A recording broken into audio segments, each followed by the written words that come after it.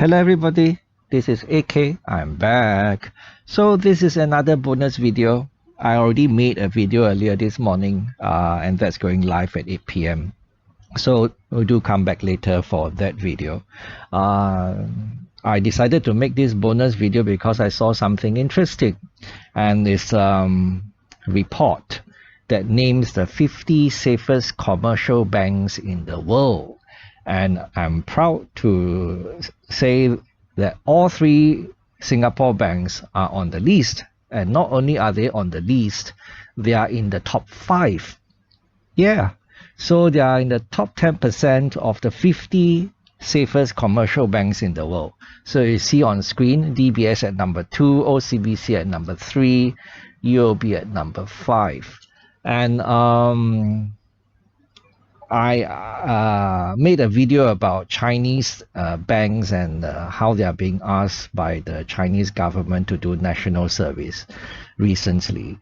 And if you have not watched that video yet, I'll leave a link to the video in the description box below. And not surprisingly, I guess none of the Chinese banks are in the list except for Hang Seng Bank, which is at number 15. But that's a Hong Kong bank, right? So I'll leave a link in the description box below to the report in case there are people who are interested in looking at the complete list of 50 safest commercial banks in the world. Now the next thing I want to talk about is the Malaysian Ringgit and how it's under a lot of pressure. Of course, it's under pressure for good reasons. I mean, the economics pretty messy, and the politics not something to be optimistic about. And I remember telling my dad a few years ago that I felt the ringgit will just become weaker and weaker against the Sing dollar over time. It will just keep softening against the Sing dollar over time. I wasn't expecting catastrophic plunge, but you just keep going down slowly, gradually, surely. And I told him one day we might even see 5 ringgit to 1 Sing dollar. Yeah, and he just couldn't believe what he heard. I said, no, I'm just joking, but it could happen. And of course, in recent times, we saw the ringgit declining against the Sing dollar quite rapidly. And it went beyond 3.5 ringgit to Sing dollar to 1 Sing dollar. And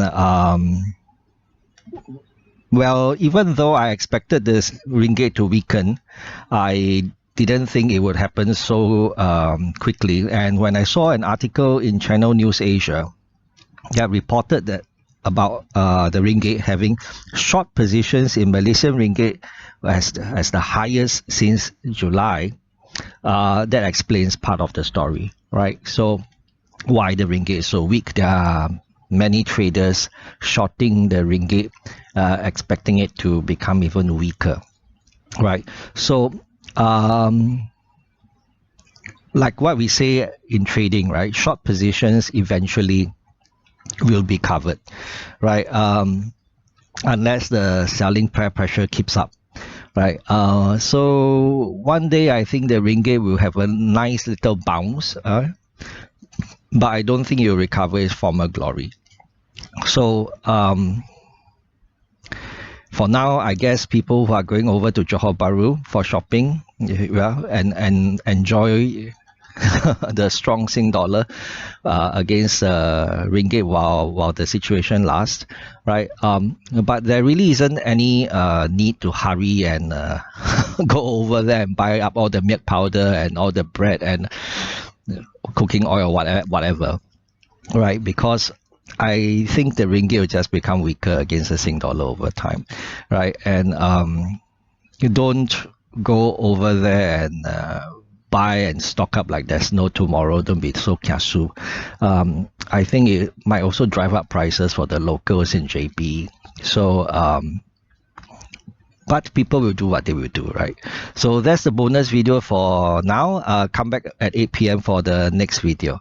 Okay, if AK can talk to himself, so can you. Bye bye.